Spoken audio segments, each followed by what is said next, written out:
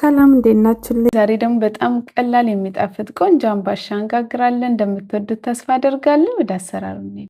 በመጀመሪያ ሳህናችን ላይ 1 የሾርባ ማንኪያ እርሾ፣ 1 የውሃ ብርጭቆ ውሃ፣ 1 የሻይ ማንኪያ ጨው፣ 3 የሾርባ ማንኪያ ስኳር እናደርግና እናዋህደዋለን። በመቀጠል 4 የሾርባ ማንኪያ የሚሆን ዘይት እንጨምራለን።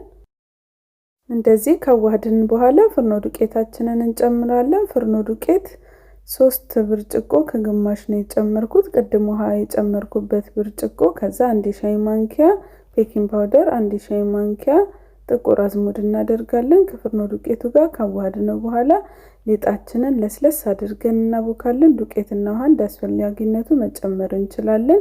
ሊጣችንን በደንብ አሽተን አብክተናል። እኔ ሰዓት ወስጄን ያቦካሁት፣ ሰዓት እንዳይረዝምባችሁ አሳጥሬው ነው ቪዲዮን። ከዛ ዘይት ሳህናችንን ቀብተን ክድን እናደርገዋለን። ለ1 ሰዓት እናስቀምጠዋለን። ሊጣችን ቦክቶልናል። ሙቀት ከሆነ 1 ሰዓት ይበቃዋል። ሙቀት ካልሆነ ሰዓት ጨምር ማድረግ እንችላለን። ከዛ ማዳመጫችንን ዘይት እንቀባለን። ሊጣችንን እናደርግና እናዳምጣለን። እኔ ብስኩት በመሰራበት ማዳመጫ ነው መዳመጣው። እናንተ ከፈለጋችሁ መጠፍጠፍ ትችላላችሁ። ማዳመጫ ከሌላችሁ በትሪ ጀርባ ላስቲክ አድርጋችሁበት ዘይት ቀብታችሁ መጠፍጠፍ ትችላላችሁ። በቢላና በሹኪያ በዚህ መልኩ ቅርጻችንን ማውጣት እንችላለን። እኔ ያደረኩት ቅርጽ ከተመቻችሁ እናንተም በዚህ መልኩ አድርጉ።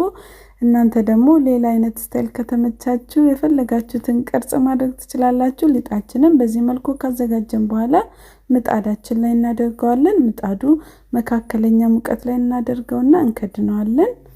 አምባሻ መሽተት ሲጀምር ከላዩ ጠፈፍ ሲልልን በማውጫ አድርገን እንገለብጠዋለን። ከዛ ትንሽ ደቂቃ ከታቹ እንዲበስል እንከድነዋለን።